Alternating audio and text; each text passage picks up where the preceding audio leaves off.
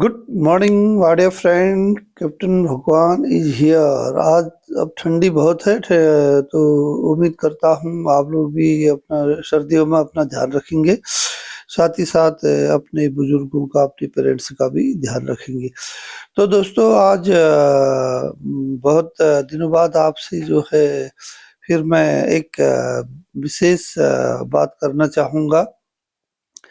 ये एक्चुअली हर घरों में जो है सबके बुजुर्ग होते हैं, सयाने होते हैं, पेरेंट्स है, तो उनके बारे में मैं थोड़ा-सा आपसे चर्चा करना चाहूँगा। उम्मीद है आप लोगों को ये चर्चा पसंद आएगी और आप मेरे इसमें यूट्यूब में भगवान सिंह भगवान सिंह माइनस बोरा करके मेरा मोटिवेशन एंड हेल्थ का रहता है, तो इस पे ज़रूर जाएँ, देखें और लाइक एंड शेयर करें, सब्सक्राइब करें जिन्होंने अब तक नहीं किया है।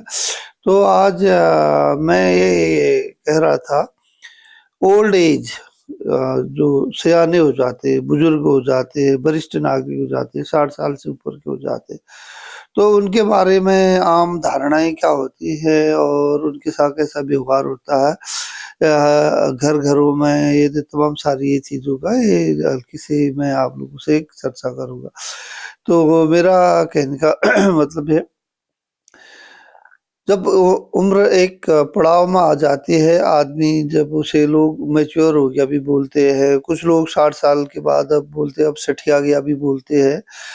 लेकिन अगर हम सही तरीके से पॉजिटिव तरीके से अगर इस चीज़ों को लेते हैं, तो अभी जैसे मेरे खुद ही पिताजी मतलब मेरे फादर इन लॉ ससुर जी हैं, वो आज की तारीख में 90 साल के हैं, लेकिन इतने स्वस्थ है, आज भी 6-7 किलोमीटर आराम से दिन भर चलते हैं, पैदल चलते हैं, कोई बीमारी नहीं है, अभी तक कोई दवाई नहीं लेते हैं और स्वस्थ है और मस्त रहते हैं।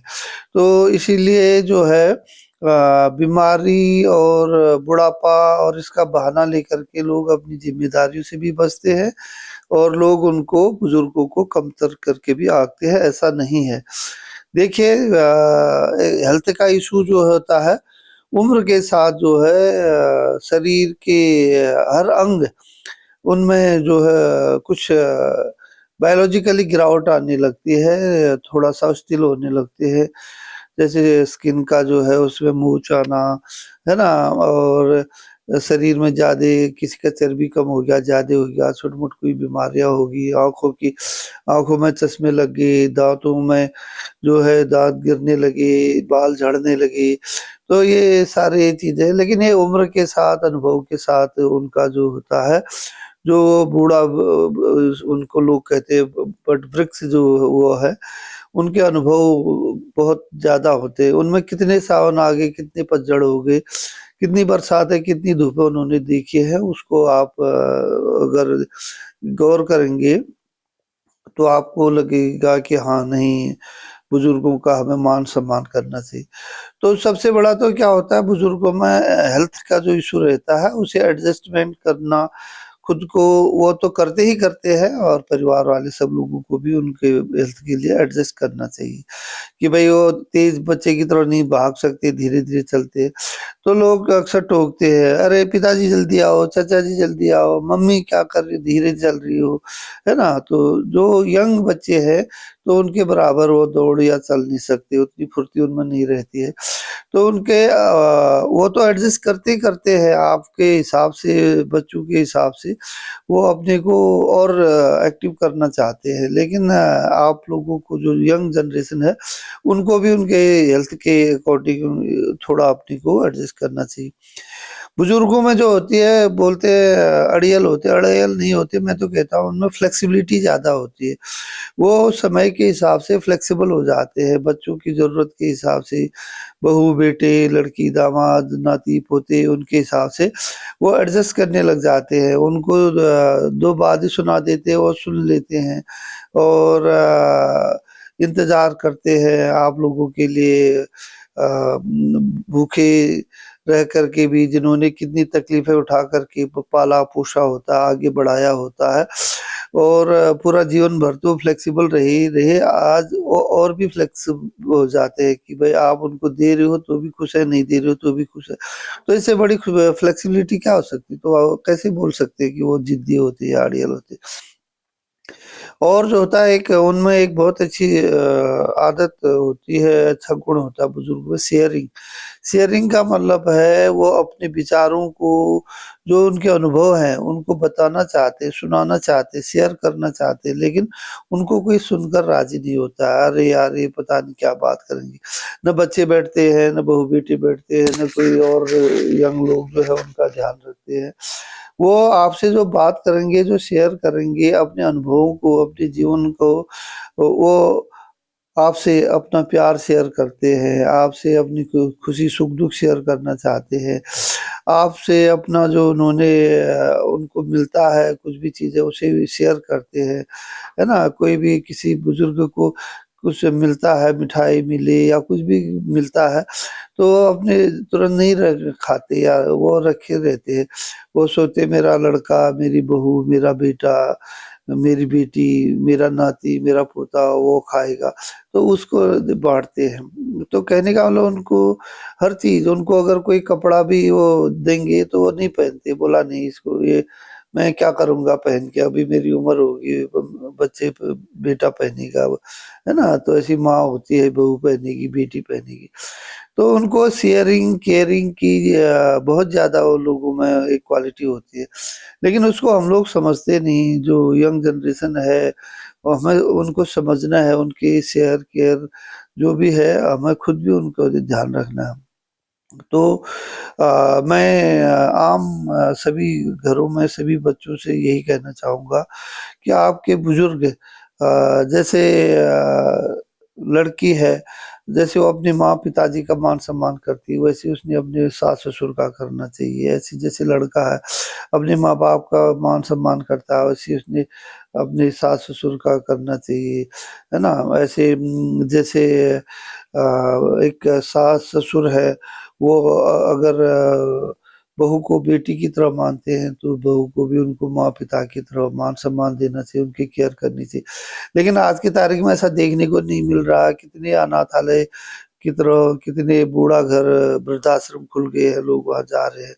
उधर जाकर के रोते हैं, लोगों से माँगते हैं, लोगों के दया के पात्र बनते हैं, और हम लोग दूसरों की कहानी सुन कर के बहुत मज़े लेते हैं, और बड़े अपना ये शो करते हैं कि नहीं हमारे घर में ऐसा नहीं है, हमारे बुजुर्गों के साथ ऐसा नहीं है, दूसरों के साथ हो रहा है। मथुरा में, वृंदावन में कितने बुजुर्ग हैं, कितने वहाँ वृद्धाश्रम खुल रहे हैं, तो वहाँ पर हम बड़ी टीका-टिप्पणियाँ करते हैं, और दूसरे के फलाने के माँ-बाप के वो ऐसी हालत है, उनके बच्चे ध्यान नहीं देते, उनकी बहू ऐसी, उनका बेटा ऐसा, उनका लड़की-दामाद ऐसा करते। जबकि हम खुद अगर अपने घर में, अपने खुद में झाँकें, तो उससे कहीं ज़्यादा मतलब गड़बड़ हमारे पास हो रही होती है, लेकिन हम उसे नज़रअंदाज करते हैं। तो हमने ये नहीं देखना है दूसरे का कॉलर कितना गंदा है, हमें ये देखना है, खुद पर झाँकना है कि हमारे घर में हमारे बुजुर्ग कितने खुश हैं। जिस घर में बुजुर्ग जितने खुश हैं, हँसते हैं, बोलते हैं, खेलते हैं, सहज महसूस करते हैं, उस घर में उतनी ही लक्ष्मी आती है, उस घर में उतनी ही बरकत होती है, वो घर उतना ही आगे बढ़ता है। जिस घर में बुजुर्गों का सम्मान नहीं होता, जिस घर से बुजुर्गों को निकालते हैं, जिन बुजुर्गों ने अपनी खून पसीना और पूरी ज़िंदगी तपा करके आपके लिए इतना धन संपत्ति दौलत जोड़ा होता है, आपका जीवन बनाया होता है, वो उन घर में अगर रोते हैं, उनके आँसू निकलते हैं, तो वो घर कभी तरक्की नहीं कर सकता। उनकी जो आने वाली पीढ़ियाँ हैं, वो कभी सुखी नहीं हो सकती। इसलिए दोस्तों मैं ये कहूँगा कि आप जो है मेरा इस वीडियो से सिर्फ़ इतना ही मैं कहना चाहता हूँ कि सब अपने घर में अपने बुजुर्गों को ज़रूर समय दें, ज़रूर उनका ध्यान दें। आप भले ही थोड़ा-सा आपको परेशानी महसूस हो, कोई बात नहीं। माँ-बाप ने तो पूरा जीवन परेशानी उठाया, पूरे जीवन खाकर न खाकर लोगों से लड़-झगड़, परेशानी उठा के, तकलीफ़ें उठा के, कैसे न कैसे आप लोगों के लिए जोड़ा, बनाया, पढ़ाया, लिखाया, आगे किया। तो अब आपकी बारी है उनको देने की। अब आज जब आप अपनी बारी में मुकर जाते हैं, पीछे हट जाते हैं, अपनी ज़िम्मेदारियाँ नहीं समझते हैं, तो ये बहुत बड़ा दुर्भाग्य की बात होगी। तो कल फिर आपके साथ भी यही होने वाला है। इसलिए मैं आप सभी लोगों को से जो है ये रिक्वेस्ट करूँगा कि जो भी जिन घरों में भी बुजुर्ग हैं, जिन घरों में भी नाती पोती बहू बेटे हैं, जिन वो अपने बुजुर्गों को मान सम्मान दे, इज्जत दे, खुश रखे। बुजुर्गों को कुछ नहीं चाहिए, उनको दो अच्छे बोल चाहिए, उनको दो मान सम्मान चाहिए। वो ज्यादा नहीं खाते भाई, ये जितना जवानी में खाते थे उतना तो क्या खाते, उससे कम खाते। वो ज्यादा नहीं पहनते, उनको कम पहनने से, कम खाने से, कम उससे उनका चल जाता है। तो उन पर कोई ज्यादा खर्च नहीं है। इतना तो अपने घरों में भोजन बर्बाद हो जाता है, दो रोटी ऐसी बासी रह जाती है, ऐसे लोग खाना फेंक देते। तो बुजुर्गों को देने में ऐसी क्या प्रॉब्लम हो जाती है। तो मैं सबसे यही निवेदन करूंगा कि आप सब अपने अपने बुजुर्गों को देखें, और दूसरे हो सकता है अड़ोस पड़ोस के दूसरे बुजुर्गों से भी ज़्यादा से ज़्यादा उनको अपनी तरफ से सहानुभूति रखें, उनकी परेशानी को समझने की कोशिश करें, उनका मान-सम्मान करें। और कोई भी रोड पे चलता हुआ बुजुर्ग हो, उसे 2 मिनट खड़े होके बात कर सकते हैं, उसे रोड पार करा सकते हैं, कहीं जा रहे हैं तो अपनी गाड़ी में बैठा के पूछ के ले जा आगे तक छोड़ सकते हैं। ये बहुत छोटी-छोटी चीज़ें हैं, इसमें बड़ी खुशी मिलती है और खुशी मिलनी भी चाहिए। उनका आशीर्वाद जो है बहुत आपको फलदायी होगा।